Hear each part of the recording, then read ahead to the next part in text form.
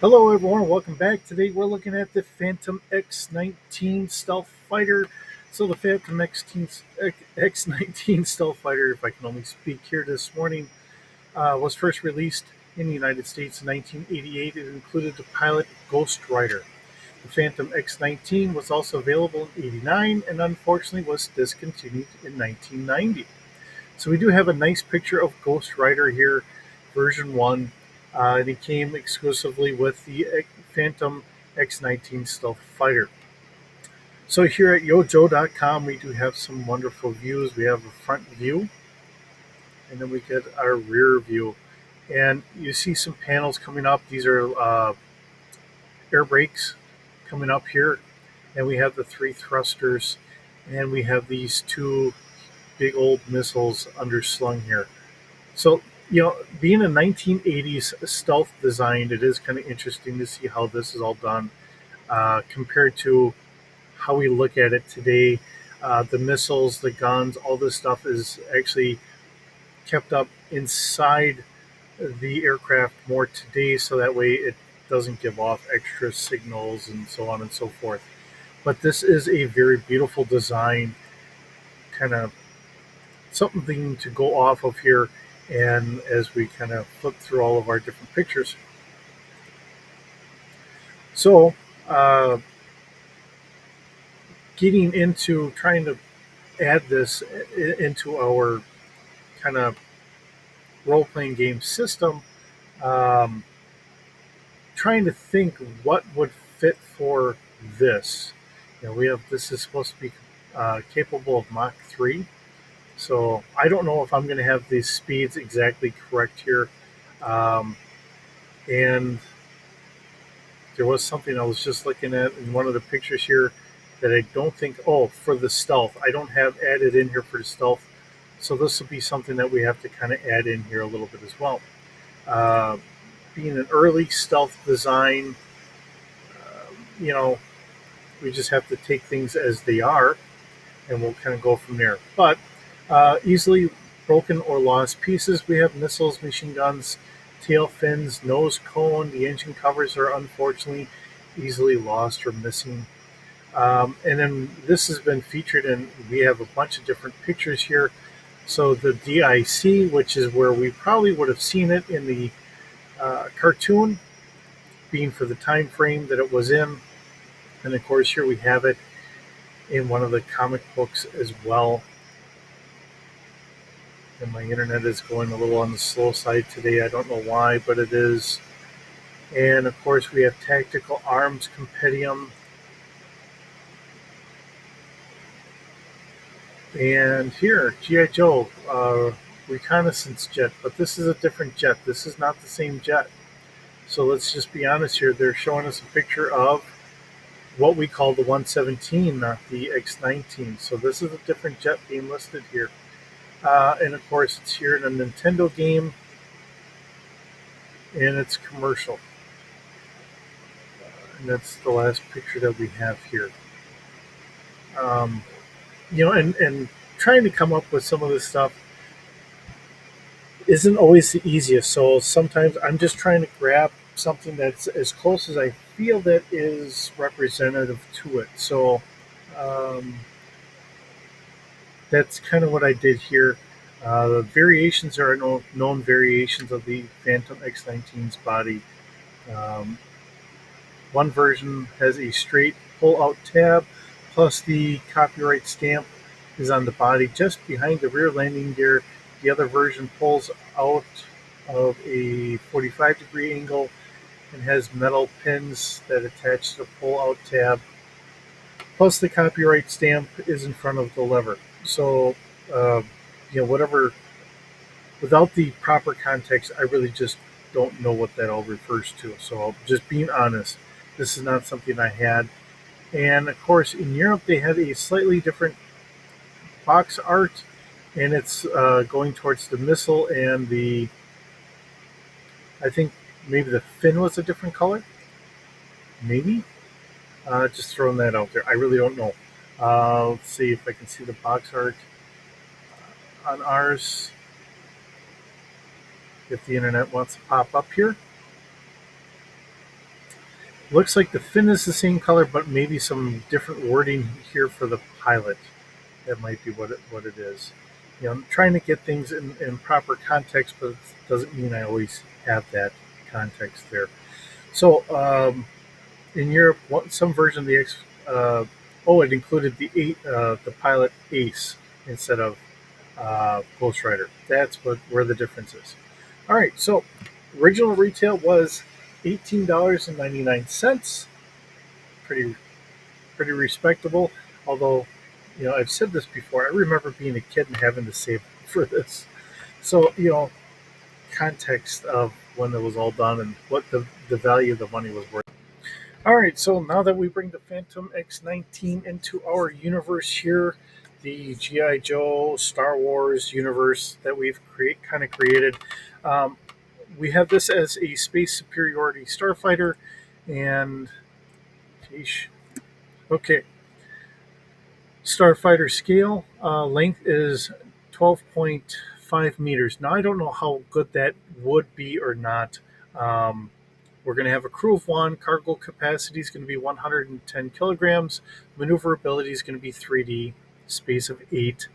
Atmosphere, we're going to go 1,050 kilometers an hour. Hull is 4D. Now, when you look at the actual stats, it says it can go Mach 3 or whatever. Um,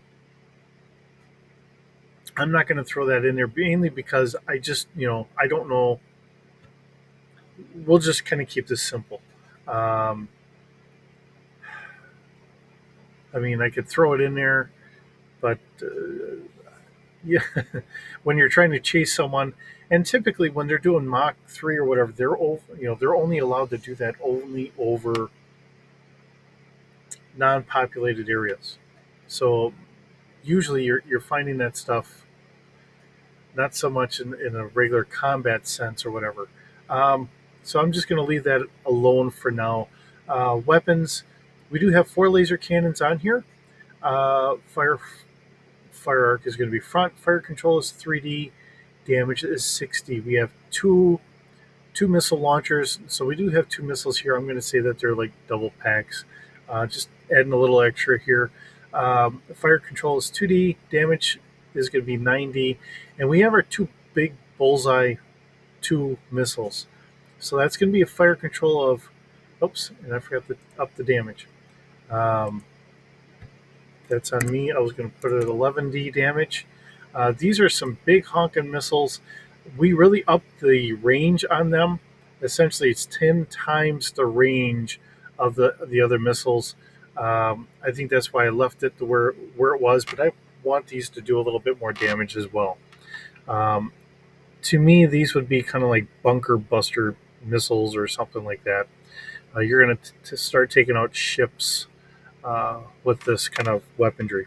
So that's my idea. I didn't add in here, and rightly so. We need to add this in. So stealth.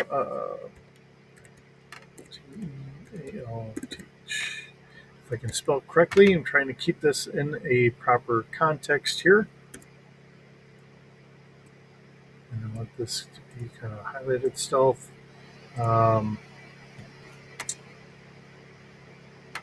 Add. We're going to add a plus 1D.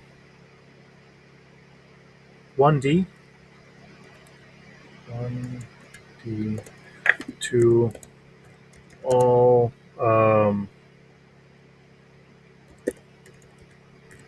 missile lock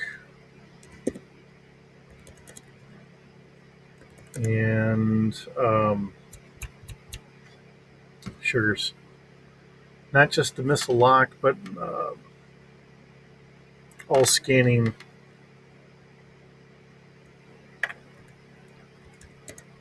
Let's see. Attempts on craft.